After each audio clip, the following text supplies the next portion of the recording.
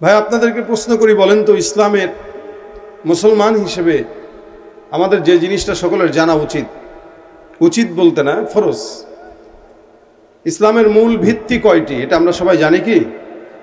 বলেন না, সামনে থেকে আপনারা জানেন না?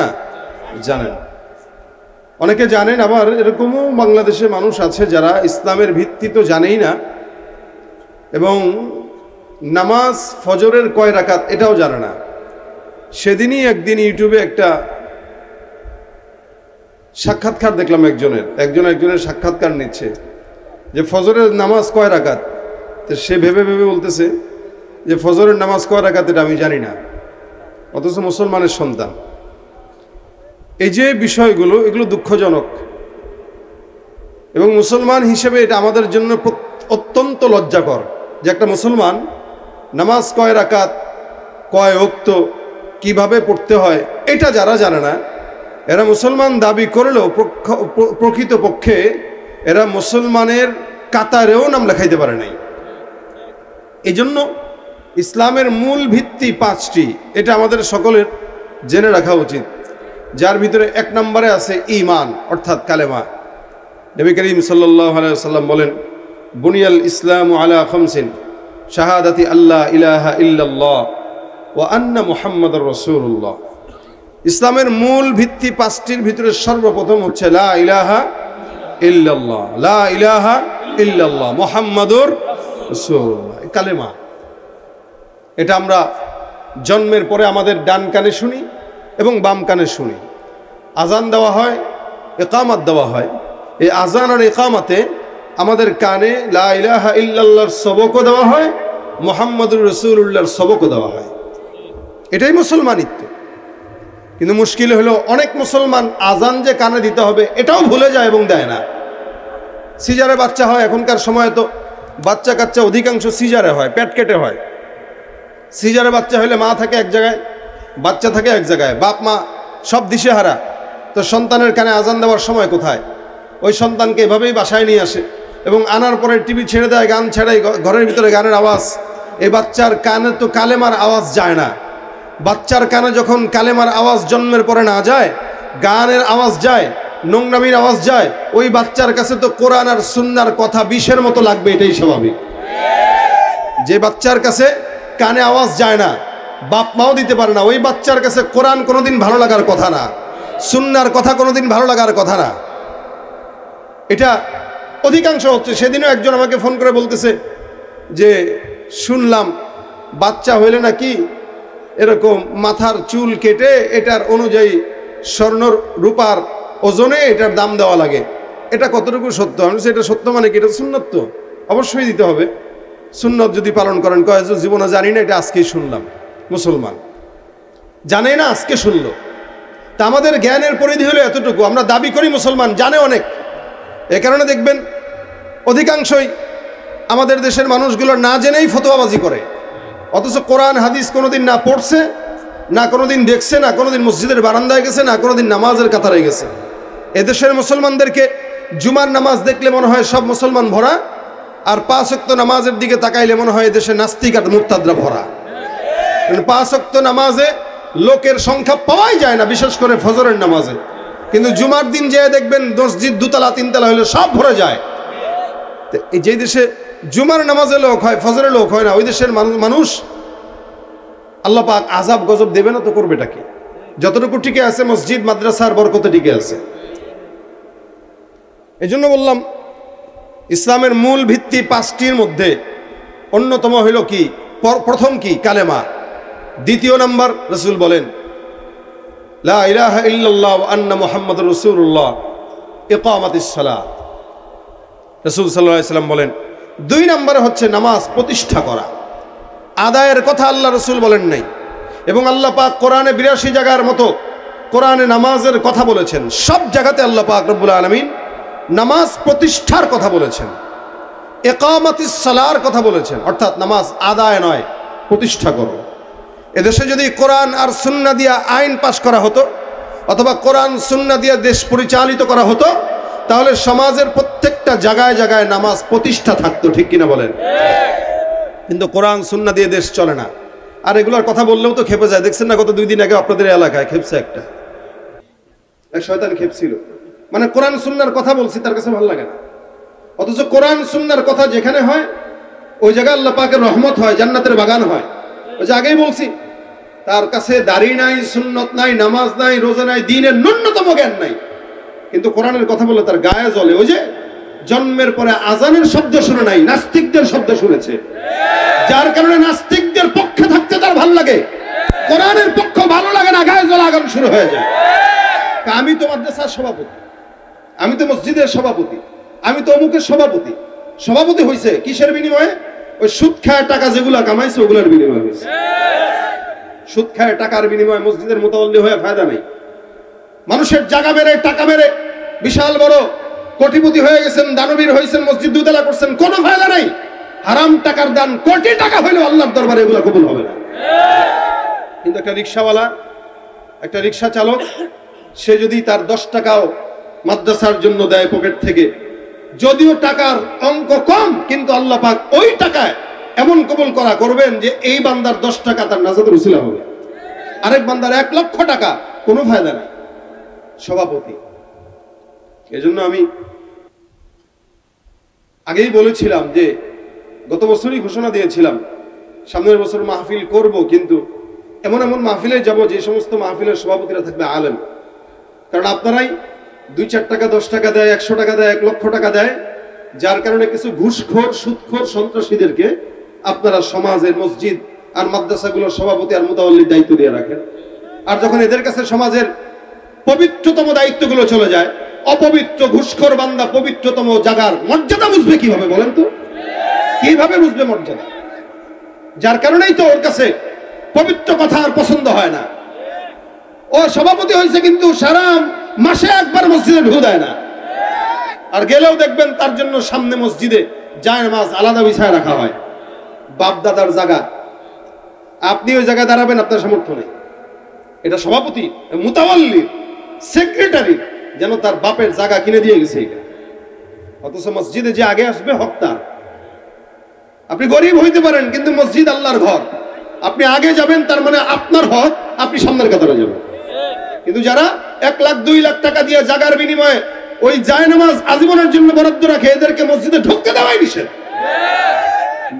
আসবে পরে আর যাবে ডাঙায় ডাঙায় যাবে, ডাঙায় ডাঙায় যাবে। রাসূল হাদিসে স্পষ্ট নিষেধ করেছেন। টাকার গরমে সভাপতি হয়। ভাই, আল্লাহ পাক আমাদেরকে আলহামদুলিল্লাহ কিছুটা ভদ্রতা দিছে বলে যারা এলোমেলো করে এরা বেঁচে যায়। নয়তো মাহফিলে এই সমস্ত যারা ছোটখাটো হাফ নেতা, পাতি নেতা, সেদের বোঝা উচিত কোনো আলেমই কথা বললে সরাসরি কাউন্টার যেন না দেয়। এতটুকু ভদ্রতা না থাকলে জুতার বাড়ি কিন্তু আগেও খেয়েছে, এখনো খাবে। আমরা ভদ্র দেখে একটু সমাজটা যেন ভালো থাকে, এলোমেলো যেন না লাগে, আমরা ফিকির করি এইটা। এজন্য কোন জায়গাতে আপনার আমার দ্বীনের যদি অজ্ঞতা থাকে, তার মানে কোরআনের অজ্ঞতা না। আমার দ্বীনের অজ্ঞতা মানে কোরআনের অজ্ঞতা না। সমাজে অনেক মানুষরা বলতে শোনা যায়, ভাই কোরআনটাকে আমরা আধুনিক পর্যায়ে শিখাইতে চাই। আরে ভাই, কোরআনকে আধুনিক শিখাবেন কি? কোরআন তো সবচেয়ে বেশি আধুনিক। আপনি বলেন যে আমি মূর্খ ছিলাম, আমি জানতাম না কোরআন যে এত আধুনিক, এখন যেহেতু জেনেছি কোরআন সবচেয়ে আধুনিক, তার মানে এখন থেকে আমি কোরআন অনুযায়ী আমার জীবন চালাবো, এটা বলা উচিত। এটা যে বলে যে না, কোরআনকে আমরা আধুনিক ভাবে প্রচার করব, দ্বীনকে আধুনিক ভাবে প্রচার করব, ইসলামকে আধুনিক ভাবে প্রচার করব, ওর দেমাগে গোবর ছাড়া আর কিছু নেই। ইসলাম তো সবচেয়ে আধুনিক, একে আধুনিক ভাবে প্রচার করার কি আছে? আল্লাহ বুঝগুলো দেখ, এই যে অজ্ঞতার যেই বোঝা, এটা একটু কমায় দেখ, বলেন আমিন। দেখেন, নামাজ এটা প্রতিষ্ঠা করার বিষয়, এটা আদায়ের বিষয় না। আদায় তো এখানে যারা আছেন সবাই করেন, আপনারাও আদায় করেন, কিন্তু অনেক মানুষ আছে যারা নামাজ নিজে আদায় করে, ঘরের বউটা পর্দাই করে না, নামাজ পড়বে তো দূরের কথা। ছেলে নামাজ পড়ে না, মা নামাজ পড়ে না, বাবা নামাজ পড়ে না, কিন্তু বাবা নিজে নামাজ পড়ে, সন্তান পড়ে না, অথবা সন্তান পড়ে বাবা পড়ে না। এটা আদায়, প্রতিষ্ঠা নয়। প্রতিষ্ঠা যদি এই দেশে থাকতো, সংসদ থেকে শুরু করে সংসার পর্যন্ত সব জায়গায় নামাজ থাকতো। এই দেশে প্রতিষ্ঠা নাই, আদায় আছে, প্রতিষ্ঠা নাই। কিন্তু আল্লাহ পাক বলেছেন কি? আকিমিস সালাহ। এই জন্য আল্লাহ বলেন, উতলু মা উহিয়া ইলাইকা মিনাল কিতাবি ওয়া আকিমিস সালাহ। ইন্নাস সালাতা তানহা আনিল ফাহশাই ওয়াল মুনকার। আমার আল্লাহ পাক রব্বুল আলামিন বলেন তোমরা নামাজ প্রতিষ্ঠা করো, সালাত প্রতিষ্ঠা করো। কোরআনের সর্বপ্রথম আল্লাহ পাক রব্বুল আলামিন বলেন আল্লাযীনা ইউমিনুনা বিল গায়বি ওয়া ইউকিমুনাস সালাত। একটা ঈমানদার বান্দার সর্বপ্রথম কাজ হলো ঈমানের আশ্রয় নেওয়া। আগে দিলের মধ্যে ঈমান ঢুকাবে, ঈমান আনা হয়ে গেছে, এখন বান্দার জন্য দ্বিতীয় নম্বর কাজ নামাজ আদায় করা নয়, নামাজ প্রতিষ্ঠা করা। সাহাবা একরাম ঈমান আনার পরে পয়গম্বরকে যদি জিজ্ঞাসা করতো ইয়া রাসূলুল্লাহ এই যে নামাজটা আমরা যে ঈমান নিয়ে আসলাম পয়গম্বর আপনার হাতে হাত রেখে মুসলমান হইলাম, আল্লাহর নবী আপনি এখন আমাদেরকে বলুন আমরা এই মুহূর্তে দ্বীনের দ্বিতীয় কাজ কি করব? পয়গম্বর সর্বপ্রথম বান্দাদেরকে বলতেন ঈমান তো নিয়ে আসলা, এখন তোমাদের জন্য 2 নাম্বার কাজ হলো নামাজ প্রতিষ্ঠা করা। ঈমানের পরে বান্দার জন্য কাজ হলো নামাজ প্রতিষ্ঠা। আমিও পড়বো, আমার বান্দাও পড়বে, আমিও পড়বো, আমার বাচ্চাও পড়বে, আমার বিবি পড়বে, আমার সংসারে যারা আছে সবাই পড়বে। যার নামাজ নাই আল্লাহর রাসূল সাল্লাল্লাহু আলাইহি ওয়াসাল্লাম হাদিসের মধ্যে বলেন যে লোকটার নামাজ নাই ওই লোকটার ঈমান থাকতে পারে না। তুমি রমজান এলে রাখো না রোজা, দিনকে করো আঘাত, পয়সা কড়ির নেই তো অভাব, দাও না তো যাকাত। ঠিক কিনা বলেন? রমজান এলে রাখো না রোজা, দিনকে করো আঘাত, পয়সা কড়ির নেই তো অভাব, দাও না তো যাকাত। তুমি ঈমানদারির বড়াই করো নেই তোমার ঈমান, তুমি ঈমানদারির বড়াই করো নেই তোমার ঈমান। তুমি কেমন মুসলমান, তুমি কেমন মুসলমান? নামাজের সাথে নাই পরিচয়, মানো না কোরআন, নামাজের সাথে নাই পরিচয়, মানো না কোরআন। তুমি কেমন মুসলমান, তুমি কেমন মুসলমান? ঠিক কিনা? নামাজি দাবি করলেই হয় না, পড়া লাগে। আমি বললাম আমি নামাজি, হ্যাঁ বলতেই তো পারি, সবাই বলতে পারে, কিন্তু পড়ে কয়জন? জুমার নামাজের লোকের অভাব নাই, ফজরের নামাজের লোককে খুঁজেও পাওয়া যায়। এই জন্য আল্লাহ পাক বলেন তুমি পড়ো, তোমার বংশের সবাইরে পড়াও। কয় বছর থেকে পড়াবা? 7 বছর বয়স। ওই সময় থেকে তুমি তোমার সন্তানকে নামাজের জন্য বারবার বলো বান্দা নামাজ পড়, বাবা নামাজ পড়। 7 বছর থেকে অভ্যাস করানো শুরু করবা। আর 10 বছর যখন হয়ে যাবে তখন যদি নামাজ না পড়ে প্রহার করবা। এই জন্য আল্লাহ রাসূল সাল্লাল্লাহু আলাইহি ওয়াসাল্লাম ঘরের মধ্যে লাঠি ঝোলা রাখার জন্য আদেশ করেছেন। তোমরা তোমাদের ঘরের ভিতরে লাঠি রাখো। কেন? ওই লাঠিটা শয়তান দেখলে পালায় যায়। যেই ঘরে লাঠি থাকে না ওই ঘরের সন্তানগুলো বেয়ারা হয়, বেয়াদব হয়, বেহায়া হয়, বেশরম হয়। আর যেই ঘরে শাসনের লাঠি থাকে ওই ঘরের সন্তানগুলো মানুষের মতো মানুষ হয়। যখন থেকে স্কুল কলেজ মাদ্রাসা ভার্সিটি গুলো থেকে বেদ উঠে গেছে তখন থেকে ছাত্রগুলা সব জানোয়ার হওয়া শুরু হয়ে গেছে। এটা কি আপনারা একমত না দ্বিমত আছেন? আমরা কোনো সময় কল্পনাও করতে পারি নাই যে শিক্ষকদের বিরুদ্ধে ছাত্ররা আন্দোলন করবে। এখন করে না? শিক্ষক হটাও আন্দোলন করে। অথচ যেই শিক্ষক তার বাবার মতো, যেই শিক্ষক এমন রাসূল সাল্লাল্লাহু আলাইহি ওয়াসাল্লাম বলেন, হযরত আলী রাদিয়াল্লাহু তাআলা আনহু বলেন শিক্ষকের মর্যাদা কত? বলে ও যখন আমাকে একটা অক্ষর শিখাইলো তা আমি তার কাছে গোলাম হয়ে গেলাম। চাইলে সে আমার আজাদও করতে পারে, চাইলে সে আমার বন্দী করে রাখতে পারে। এত মর্যাদা একটা শিক্ষকের। সেই ছাত্ররা শিক্ষকের থেকে সারা জিন্দেগি ইলম শেখার পরে ওই শিক্ষক হটাও আন্দোলন করে এবং কি শিক্ষকের গায়েও কাজ দেওয়ার চেষ্টা করে। কেন? ওই যে শিক্ষকরা হাতের লাঠি ফেলে দিছে, ওই লাঠিটা এখন ছাত্ররা তাদের হাতে তুলে নিছে। এই জন্য আল্লাহ নবী বলেন ঘরের ভিতরে শাসনের লাঠি উঠায় দাও, তাহলে সন্তান নামাজ আদায় করবে, বেয়াদব হবে না, কোরআন পড়বে, ইসলামের পথে থাকার জন্য সহজ হবে। আল্লাহ নবী বলেন 10 বছর হয়ে গেছে, এখন তোমরা নামাজের জন্য তাকে গুরুত্ব দাও, প্রহার করো। নামাজ এমন একটা ইবাদত যে ইবাদতটা বান্দাকে আল্লাহর জান্নাত পাওয়ার জন্য সহজ করে দেয়। আল্লাহ রাসূল সাল্লাল্লাহু আলাইহি ওয়াসাল্লাম বলেন নামাজটা প্রত্যেকটা ঈমানদারের জন্য জান্নাতের তালার চাবি স্বরূপ। আপনি জমিনের ভিতরে নামাজ আদায় করবেন, তালার চাবি রেডি হইতে থাকবে, আর জান্নাতে যখন যাবেন ওই চাবি দিয়া জান্নাতের তালা খুলে ঢুকে যাবেন। সুবহানাল্লাহ। বার আমার আল্লাহ পাক রব্বুল আলামিনের হাবিব এই কারণে নামাজের তাগিদ দিয়েছেন। আল্লাহ পাক কোরআনে বারবার বলেছেন, এটা আল্লাহ পাক রব্বুল আলামিন আমার পয়গম্বরকে আল্লাহ পাক রব্বুল আলামিন মেরাজের ভিতরে নিয়ে আল্লাহর নবীকে গিফট হাদিয়া হিসেবে প্রেরণ করলেন, দিয়ে দিলেন। নবী করিম সাল্লাল্লাহু আলাইহি ওয়াসাল্লাম মেরাজের রাত্রিতে যখন যান, আল্লাহ পাক আপনার আমার পয়গম্বর উপরে 50 ওয়াক্ত নামাজ প্রথমে ফরজ করলেন। মুসা পয়গম্বর জানে যে আল্লাহর নবীর উম্মতরা নামাজ পড়তে পারবে না।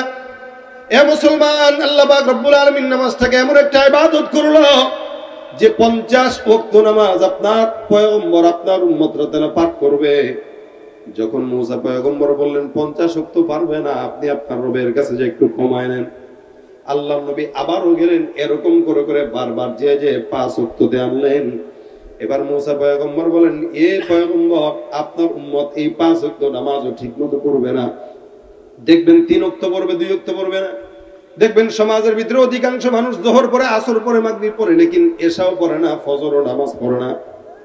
অধিকাংশ মানুষগুলা ফজরের নামাজের সময় ঘুমায়।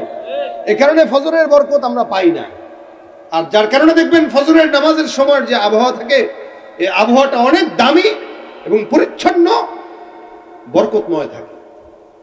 ফজরের নামাজের সময় যাদের অভ্যাস আছে বের হয়ে দেখবেন চমৎকার ওয়েদার, পবিত্র লাগে। যারা ফজর নামাজ পড়তে ওঠেন তারা দেখবেন ফজরের নামাজের আবহাওয়াটা এমন সুন্দর, সারা দিন আপনি এরকম পবিত্র আবহাওয়া পাবেন না। বলে কেন জানেন নাকি? বলে ফজরের নামাজের ওই সময়টায় দুনিয়ার জমিনের কোন মুনাফিকের নিঃশ্বাস এই জমিনে থাকে না।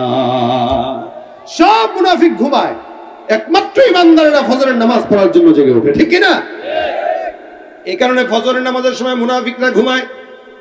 আল্লাহ যাকে মহব্বত করে না, যার উপরে আল্লাহ পাক রাগান্বিত হয়, ওই বান্দাকে আল্লাহ পাক ফজর নামাজ পড়তে দেন না, ঘুমায় থাকে। কারণ আল্লাহ পাক যাকে মহব্বত করে ফজরের নামাজের সময় ওই বান্দাটা উঠে। এ মুসলমান, আল্লাহ পাক ভালোবাসলে বান্দাকে সিজদা দেওয়ায়, আল্লাহ পাক ভালোবাসলে বান্দাকে রুকু করায়, আল্লাহ পাক ভালোবাসলে বান্দাকে জায়নামাজের বিছানায় বসায় দেয়। হাসান বসরি রহমাতুল্লাহ আলাইহি ওনার খাদেমা ছিল, দাসী। উনি একবার দেখে ওনার দাসীটা সুন্দর করে জায়নামাজের বিছানায় বসে বসে আল্লাহকে ডাক দেয়, মালিক, তুমি যদি আমাকে ভালোবাসো আল্লাহ, তাহলে তুমি আমাকে ওই জিনিসটা দিও। তুমি যদি আমাকে ভালোবাসো তাহলে তুমি আমাকে এই জিনিসটা দিও। এবার আল্লাহওয়ালা ডাক দেয়া কয়, বুঝলাম না, মাওলা তোমারে ভালোবাসলে দিবে, এটা কোন ধরনের কথা? মাওলার কি ভালোবাসার ঠেকা পড়ছে কিনা?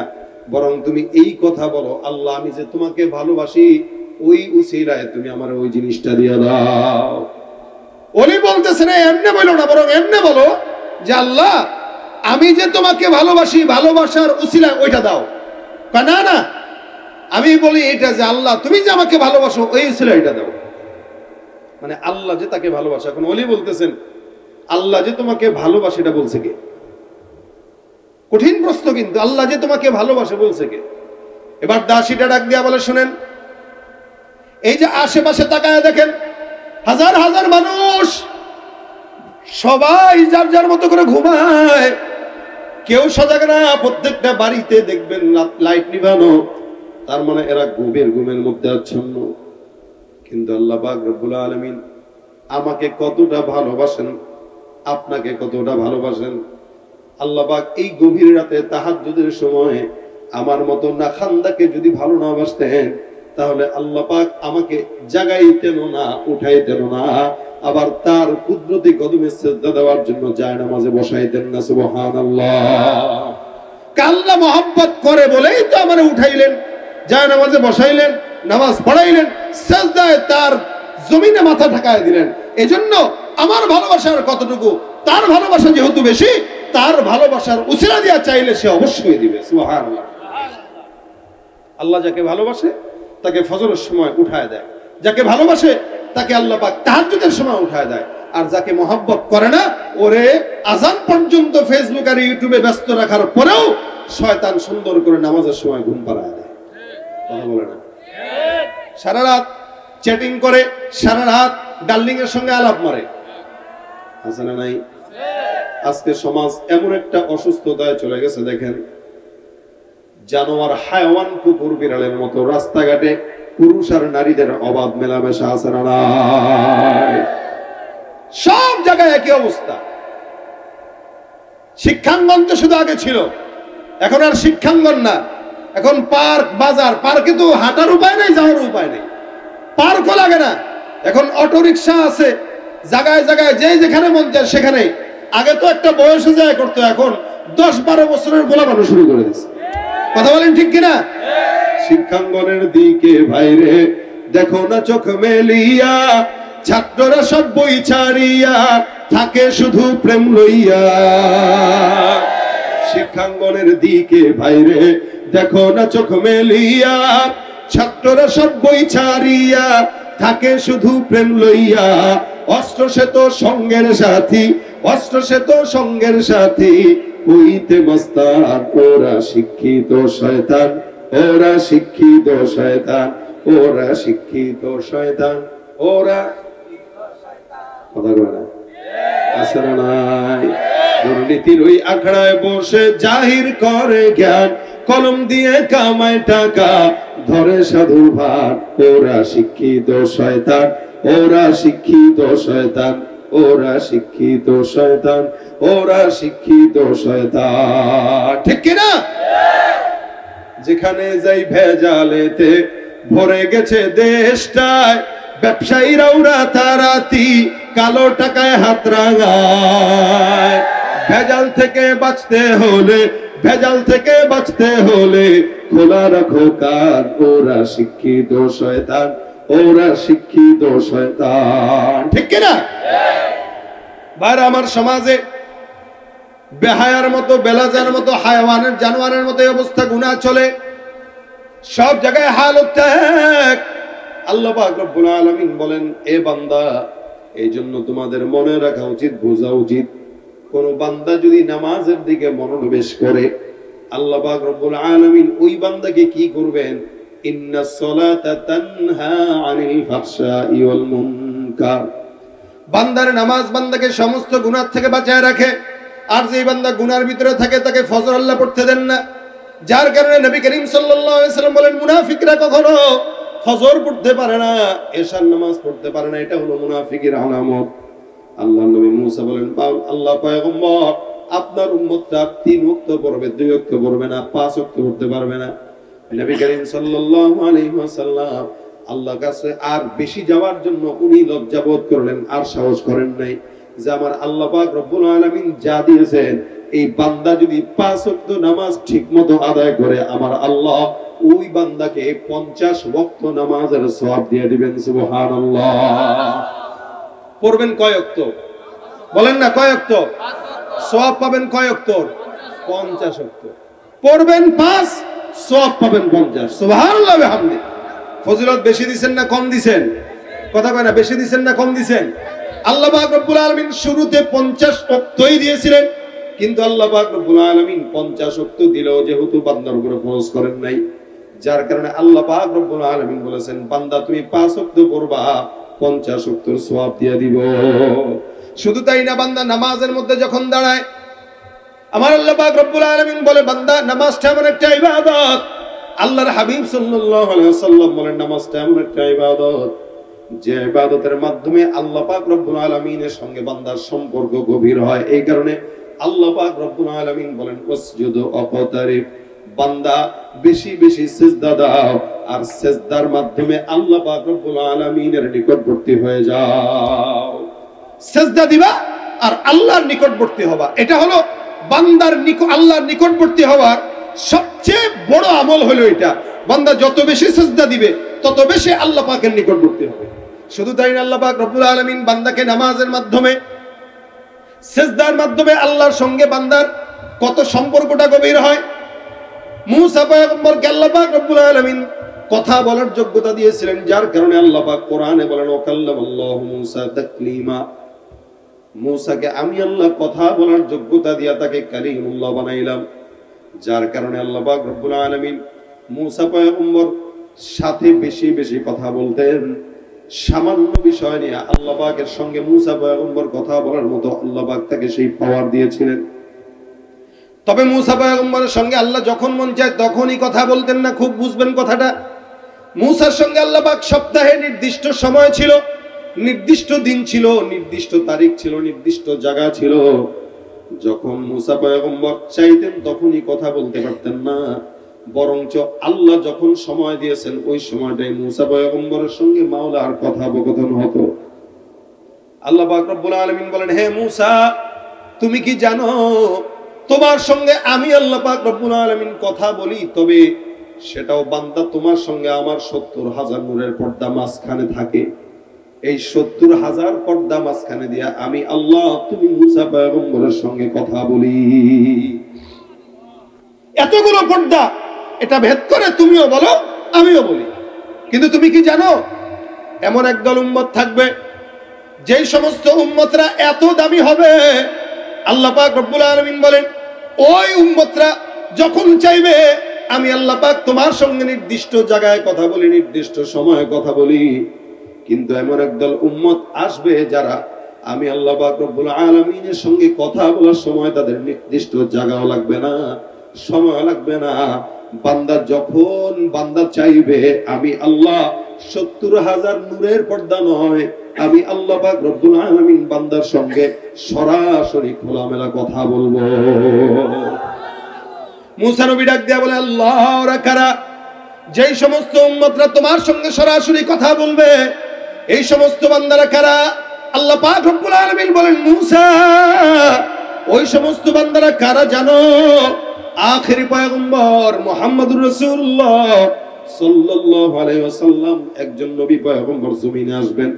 আমি আল্লাহ পাক ওই নবীর উম্মতদেরকে এত দামি বানাবো যে নবীর উম্মতরা যখন মন চাবে যখন চাইবে তখনই আমি আল্লাহ ওই নবীর উম্মতের সঙ্গে কথা বলবো। বান্দা নামাজের মধ্যে যখন দাঁড়াবে আমি আল্লাহ বান্দার সঙ্গে নামাজের মাধ্যমে কথা বলা শুরু করে দিব। সুবহানাল্লাহ। কিভাবে আল্লাহ পাক বান্দার সঙ্গে নামাজে কথা বলবেন দেখেন। আল্লাহ পাক রব্বুল আলামিন বান্দার সঙ্গে নামাজের ভিতরে কথা বলবেন। আল্লাহ পাক বলেন বান্দা যখন নামাজ আদায় করবে নামাজের ভিতরে দাঁড়ায় তেলাওয়াত করবে আলহামদুলিল্লাহি রাব্বিল আলামিন। আমার আল্লাহ পাক ডাক দিয়া বলেন আমি আল্লাহ বান্দার নামাজের তেলাওয়াতের জবাব দিয়া বলবো হামিদানি রব্বি। বান্দা এক একটা আয়াত করে করে সামনে এগিয়ে যাবে, আমি আল্লাহ পাক রব্বুল আলামিন এক একটা আয়াতের জবাব দিয়া বান্দার সঙ্গে নামাজের ভিতরে কথা বলা শুরু করে দিব। সুবহানাল্লাহ। মাওলা তোমায় ভালোবেসে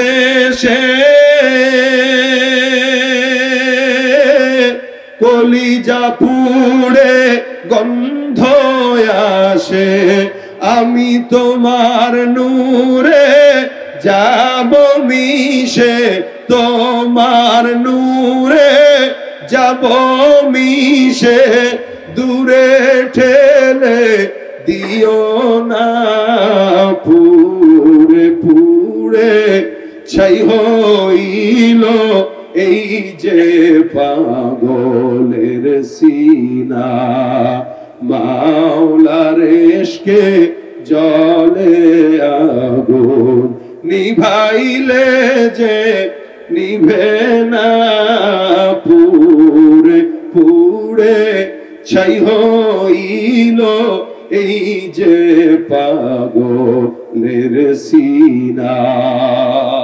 মহব্বত হবে কার সাথে? কিসের মাধ্যমে? নামাজের মাধ্যমে। নামাজটা এমন একটা ইবাদত যত সেজদা দিবেন ওয়াসজুদ ওয়াকতারিব, সেজদা যত বেশি দিবা আল্লাহ পাকের নিকটবর্তী তত বেশি হবা। আর সেজদার মাধ্যমে বান্দার চেহারায় আল্লাহ পাক নূর দিয়ে দেয়। নূর কোন নূর? যেই নূর দেখে দেখে আখেরি নবী আপনাকে আমার সুপারিশ করে জান্নাতে নিয়ে যাবে। মুমিনের একটা পরিচয় আছে, কাফেরের যেমন পরিচয়, মুনাফিকের যেমন পরিচয়, ফাসিকের যেমন পরিচয়, গুনাহগারের যেমন পরিচয়, ইমানদারের একটা পরিচয় আছে। আল্লাহ বলেন সীমাহুম ফি ওয়ুজুহিহিম মিন আসারিস সুজুদ। ইমানদারদেরকে যখন দেখবা তার কপালে সিজদার নূর দেখতে পাবা। আমাদের চেহারায় তো সিজদার নূর দেখা যায় না, আমাদের চেহারায় সিগারেট, গাঁজা, ইয়াবা অথবা গুনাহের আসর পাওয়া যায়। এটা আমাদের চেহারার হাল। চেহারা দেখলে বোঝার উপায় নেই কে মুসলমান কে অন্য ধর্মের। সালাম দিতে গেলেও অনেক সময় আমরা বিপদে পড়ে যাই। কেন? ওই যে নামাজ পড়ে না, যার কারণে চেহারা থেকে নূর চলে গেছে। নামাজ না পড়ার কারণে বান্দার চেহারা নূর থাকে না। আর নামাজ যত বেশি বান্দা পড়বে তার চেহারা নূরে নূরান্বিত হবে, দেখলেই মনে হবে না এ মনে হয় আল্লাহওয়ালা, এ মনে হয় নবীওয়ালা, এ মনে হয় সেজদাওয়ালা। এটা সেজদাওয়ালা বান্দাকে দেখলেই বোঝা যায়, যে নামাজ পড়ে তার চেহারা দেখলে বোঝা যায়। বলা লাগে না যে আমি তাহাজ্জুদ পড়ি, বলা লাগে না যে আমি আল্লাহর ঘরে যাই, এটা বলার বিষয় না, এটা বলার বিষয় না, এটা চেহারায় প্রকাশ পাওয়ার বিষয়।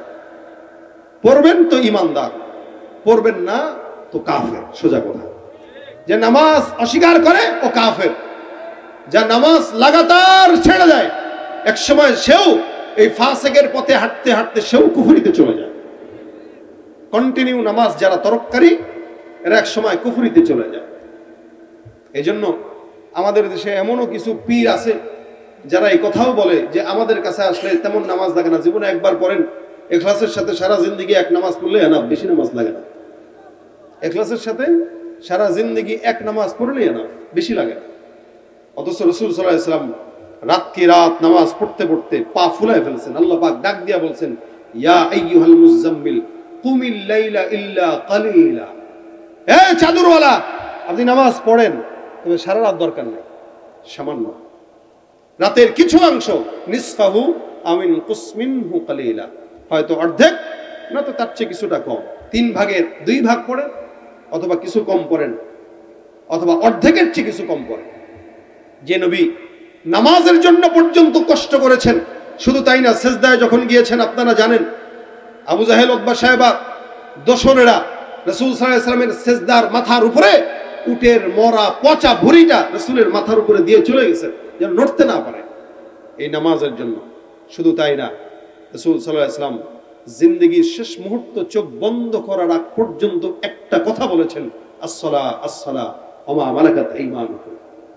আজকে এই সমাজে নামাজ অবহেলিত, মসজিদ পাকা, তাকায় দেখেন ফজরের নামাজে 5 জনের বেশি মুসল্লি এই মসজিদে হয় না।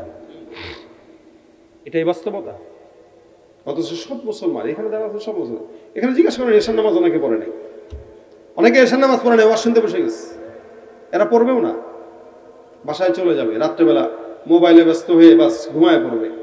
এই রাতে যদি মরণ হয়, আল্লাহর কাছে যদি আল্লাহ বলে, এই সারা জিন্দগি উল্টা পাল্টা যা করছোস করছোস, মরণের আগে নামাজটা পড়ে আসতে পারছিস নি? বলো আল্লাহ না, আফসোস, মরার আগের নামাজটাও তো পড়তে পারি না। এই হালত যদি কারো হয়, ওর মতো কপাল পোড়া আর কে হইতে পারে বলেন? উঠছে কপাল পোড়া আর কে হইতে পারে, যার শেষ নামাজটাও পর্যন্ত তার কপালে নসিব হয় না।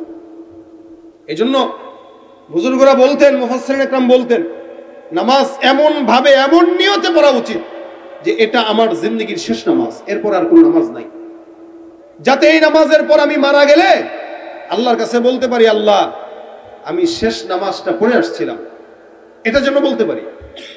এই জন্য প্রত্যেকের উচিত মসজিদে ঢোকার আগে এই নিয়তটা করা যে আমি আমার জিন্দেগীর সর্বশেষ নামাজটা পড়ার জন্য ঢুকতেছি।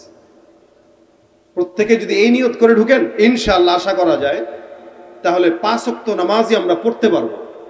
আর যদি মনে করি না আগামীকাল পড়বো, অথবা আগামীকাল তওবা করব, কিন্তু রাত্রে ঘুমাইলেন আর ঘুম থেকে জাগ্রত হইলেন না, তওবাও গেল কোথায়, নামাজ বা গেল কোথায়? এই জন্য 5 ওয়াক্ত নামাজ ধরবেন তো ইনশাআল্লাহ, নাকি 2 ওয়াক্ত, নাকি 3 ওয়াক্ত? 5 ওয়াক্ত।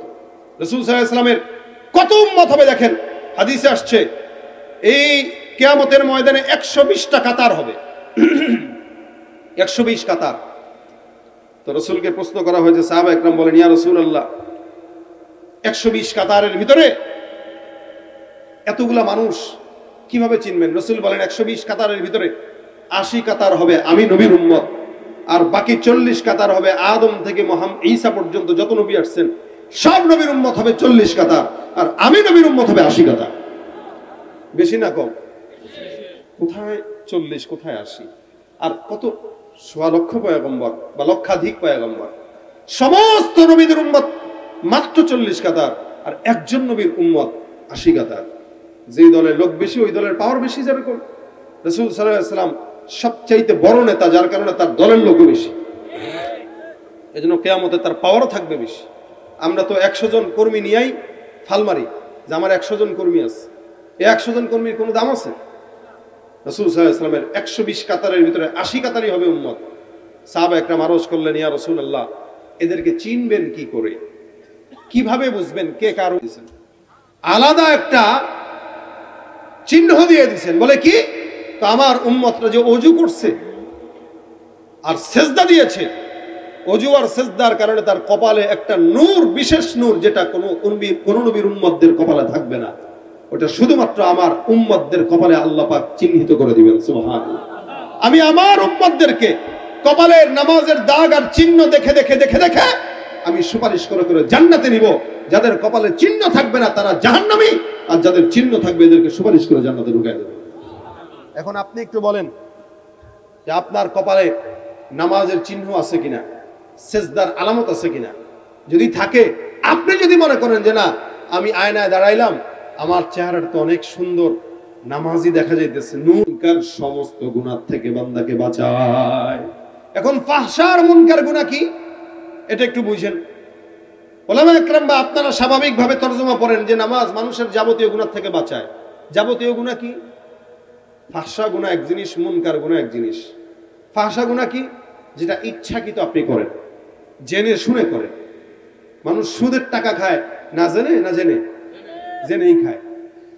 খায় ওটারে জায়েজ বানানোর জন্য নাম পাল্টায় দেওয়া, কয় এটা মুনাফা, এটা ইন্টারেস্ট, এটা অমুক, এটা তুমুক। ঘুষের টাকা খায় আর নাম পাল্টায় দেওয়া, কবে এটা ঘুষ না, এটা হইলো স্পিড মানি, অথবা এটা হাদিয়া, এটা গিফট। নাম পাল্টা দিয়ে যাই খান। হারাম তো হারামি, কোনদিন কি জায়েজ হবে? এই যে হারাম ইচ্ছাকৃত করতেছেন, এটাকে বলে ফাহশা গুনাহ। গালি দিতেছেন কাউরে, কারো গীবত চর্চা করতেছেন, ফাহিশা গুনাহ। আর মুনকার গুনাহ, মাজারে যায় সেজদা দিবেন কিন্তু আপনি মনে করতেছেন এটা ইবাদত, অর্থাৎ গুনাহ করতেছেন কি মনে করে? কথাটা বুঝেন, কি মনে করে করতেছেন? আমার সাথে বলেন, গুনাহ করতেছেন কি মনে করে? ইবাদত। মাজারে যায় লাল শালু দেখছে, 100 টাকা দিছে, আরে আমার সন্তান হয় না, মান্নত করলাম, আল্লাহ একটা সন্তান, এই বাবা একটা সন্তান দিও। মাজারের বাবার কাছে ছাগল নিয়ে যায়, আছে কিনা? সওয়াব মনে করেই কিন্তু এরা যায়, এরা কিন্তু নেকি মনে করেই যায়। এখন বলেন তো, আল্লাহ ছাড়া, নামাজ পড়া ছাড়া, আল্লাহর কাছে চাওয়া ছাড়া বাবার কাছে যে সন্তান চাইলে কি বাবা দিবে? আপনাদের কি সন্দেহ আছে এই কথায়? নাকি আপনারা এরকম কেউ আছেন যে দেন? শাহজালালের মাজারে যে মান্নত করছে, আল্লাহ 10টা গরু দেব, একটা সন্তান দাও। অথবা কোনো মাজারে যে মান্নত করতেছে, আল্লাহ এ বাবা, আমি আপনার দরবারে একটা ছাগল দিলাম, আমার একটা বাচ্চা দিয়ে। বাবা কয় ঠিক আছে, বউডারে 1 মাসের লেগে ইতিকাফে রেখে যায়, অথবা 3 দিনের জন্য রেখে যায়।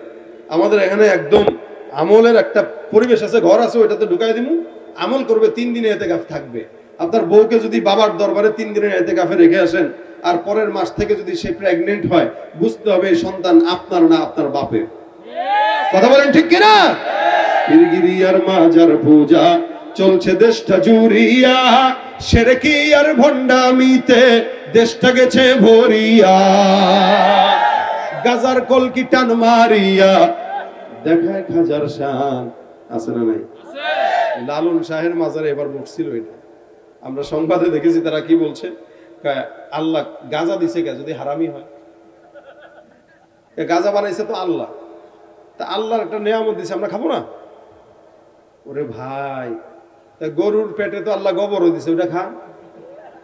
কথা ঠিক না? আল্লাহ পাক তো অনেক কিছুই দিছে এই জমিনে, খা। মাটিও তো দিছে, খা। গাজা আল্লাহ বানাইছে, খাবো না কেন? গাজা এটা আল্লাহর দান, এটা খাইলে সাধনায় ধ্যান বাড়ে। হ্যাঁ রে ভাই, এই যে নালায়েক নাখান্দা গুলা গুনাহ করতেছে ইবাদত মনে করে, তা আল্লাহ পাক বলেন কেউ যদি এগুলো তো একটাও নামাজ পড়ে না, এরা মনে করে সাধনা করলেই আল্লাহরে পাওয়া যায়, নামাজ রোজা লাগে না। নামাজ তো পড়বে তারা যাদের আল্লাহ পাওয়া যায় না, যাদের আল্লাহ পাওয়া কঠিন, যারা মহল্লা মৌলবী, এরা মসজিদে ঢুকে আর নামাজ পড়ে মনে করে আল্লাহরে পাবে, কিন্তু একটা কাবারে সেজদা দিয়ে আর কি আর মাওলারে পাওয়া যায়? এরা মনে করে ধ্যান করলে, গাঁজা খাইলে মাওলারে পাওয়া যায়। এই জন্য নামাজ এমন একটা ইবাদত যেটা বান্দার ফাহেসা এবং মুনকার সকল গুনাহ থেকে বান্দাকে বাঁচায়। 1 নম্বরে ইচ্ছাকৃত গুনাহ, 2 নম্বরে অনিচ্ছাকৃত গুনাহ। কোন বান্দা যদি নামাজ ঠিক মতো আদায় করে, এই ইচ্ছাকৃত অনিচ্ছাকৃত যাবতীয় গুনাহ থেকে নামাজ তাকে হেফাজত করবে কি করবে না? এই জন্য এখানের যুবক যারা আছেন, মুরব্বী যারা আছেন, সবাই নিয়ত করেন, মসজিদ পাকা করছেন, ইনশাআল্লাহ নামাজ ধরবেন। ভাই নামাজের সাথে কোনো ছাড় নাই। নামাজ এটা সবচেয়ে বড় গুরুত্বপূর্ণ ইমানের পরে একটা আমল, ফরজ, নফল নয়, সুন্নত নয়, ফরজ। আজকে থেকে নিয়ত করেন 5 ওয়াক্ত নামাজ পড়বো, কারণ নামাজের মাধ্যমে আল্লাহর সঙ্গে কথা বলা যায়, নামাজের মাধ্যমে ইবাদত করা যায়, নামাজের মাধ্যমে আল্লাহর সাথে সম্পর্ক দীর্ঘ হয়। সেই নামাজটা যদি আমি আপনি নাই ধরলাম, কিসের ইমানদার হই না? এই জন্য আল্লাহ পাক আমাদের সকলকে, আল্লাহ পাক রব্বুল আলামিন নামাজ আদায় করার তৌফিক দান করুন। আজকের এই মজমার বিশেষ আকর্ষণ হযরত মাওলানা মুফতি দেলোয়ার হোসেন মাইজি সাহেব উপস্থিত হয়ে গেছেন। নারায়ে তাকবীর, জোরে বলেন নারায়ে তাকবীর। আল্লাহ পাক রব্বুল আলামিন শেষ পর্যন্ত আজকের মজমাকে কবুল করুন। যা আলোচনা করব, শুনবো, বলবো, আল্লাহ পাক সবকিছু আমাদেরকে নেক নিয়তে শোনার এবং আমল করার তৌফিক দান করুন। হযরত চলে আসছেন, দিল থেকে, দিলের দরদ দিয়া আপনাদের সামনে কথা বলবেন। আলহামদুলিল্লাহ, আল্লাহ পাক রব্বুল আলামিন। বসুন, চলো বসুন, চলো বসুন। যতক্ষণ আপনারা থাকবেন আজকের মজমায়, উনি আসছেন, তারপরে খালেদ সাইফুল্লাহ আইয়ুবী সাহেব আসবেন। আলহামদুলিল্লাহ, উলামা ইকরামের জবান থেকে নসিহত শুনবেন। একটা আবদার করে যায় আপনাদের কাছে, রাখবেন কথাটা। এই জায়গায় মজমায় হোক, মঞ্চে হোক, অনেক রাজনৈতিক লোক থাকতে পারে, কিন্তু আল্লাহর রাস্তে উলামা ইকরামদের বয়ানের সময় নিজের ইজ্জত খোয়ানোর জন্য কোনো কাউন্টার দিয়েন না। আল্লাহর রাস্তে হাত জোর করে বলি, হাত জোর করে বলি, সম্মান যদি বাঁচা রাখতে চান, উলামা ইকরামের কথার সঙ্গে কথা মিলায় কথা বলেন। উলামা ইকরামের কথার বিরুদ্ধে কথা বলবেন, জুতার বাড়ি আপনার কপাল ছুবে, মাটি ছুবে না। কারণ উলামা ইকরাম যা বলে জাতির কল্যাণে বলে। যারাই উলামা ইকরামকে কাউন্টার দিয়ে কথা বলেছে, সবগুলা বেঈমানগুলা দুনিয়াতে লাঞ্ছিত হয়েছে এবং মরার পরে জানা যায় লোক হয় নাই। কারণ এখানে কোন উলামা ইকরাম এটা বলবে না, ভাই সুদ খান। আমি কি বলছি গাঁজা খান? আমি কি বলছি নামাজ পড়েন? কি বলছি? উনিও হয়তো এরকম কোনো নসিহত আপনাদেরকে করবে, মাঝখানে কোনো কথা হয়তো চলে আসতে পারে। যেমন আমি বাবার দরবারের কথা বললাম, এখন যে ব্যক্তি বাবার প্রশংসা করে, ওই ব্যক্তির কাছে কথা ভালো লাগবে না। তার মানে কি ইসলাম তার কাছে ছোট না? সে ছোট। এখন যার কাছে ঘুষ ভাল লাগবে না, সে বলতে পারে হুজুর এগুলো বলেন না। যার কাছে নোংরা রাজনীতি পছন্দ, উলামা ইকরামের নোংরা রাজনীতির কথা বলার পরে সে বলবে হুজুর রাজনীতির কথা বলেন না। তার মানে এটা না যে ইসলাম ছোট, বরং যে বুঝে না ওর জ্ঞান ছোট। ও মূর্খ হইতে পারে, ইসলাম মূর্খ না। এ কারণে আল্লাহর রাস্তে সামনে থেকে হোক, স্টেজ থেকে হোক, কেউ আলেমরা যখন কথা বলবে, মাঝখানে কোনো কাউন্টার দিয়েন না। এতে নিজের ইজ্জত নষ্ট হয়। অতীতে যারা করেছে তাদের ইজ্জত ভালো হয় না, তারা পালাইছে। তারা এই কারণেই পালাইছে। এই কারণে এখন থেকে আমাদের শিক্ষা নেওয়া উচিত। আমরা কোনো মাহফিলে উলামা ইকরামরা কথা বলবে, বলার পরে দ্বিমত থাকলে আপনি তাকে দিয়া বলতে পারেন হুজুর এই কথাগুলো আরেকটু হেকমতে বললেন, আমরা তো রাজনীতি করি, গায়ে লাগে, একটু আমভাবে না বলে সাধারণভাবে বলেন, বাস সুন্দর। কি ঠিক না? হুজুর কি বলতেছেন, কি বলেন, কি বলেন, এদিক দিয়ে সামনে শ্রোতারা জুতা নিয়ে রেডি হয়ে যায়। তোর ইজ্জত থাকলো কোথায় রে? তো আহাম্মকের দল, বুঝেই না কোন জায়গায় কি বলতে হবে। এই কারণে আল্লাহর রাস্তে উলামা ইকরাম যা কথা বলবে তাদের সুরে বলেন, অর্থাৎ কোরআনের সুরে কথা বলেন, ইসলামের সুরে কথা বলেন।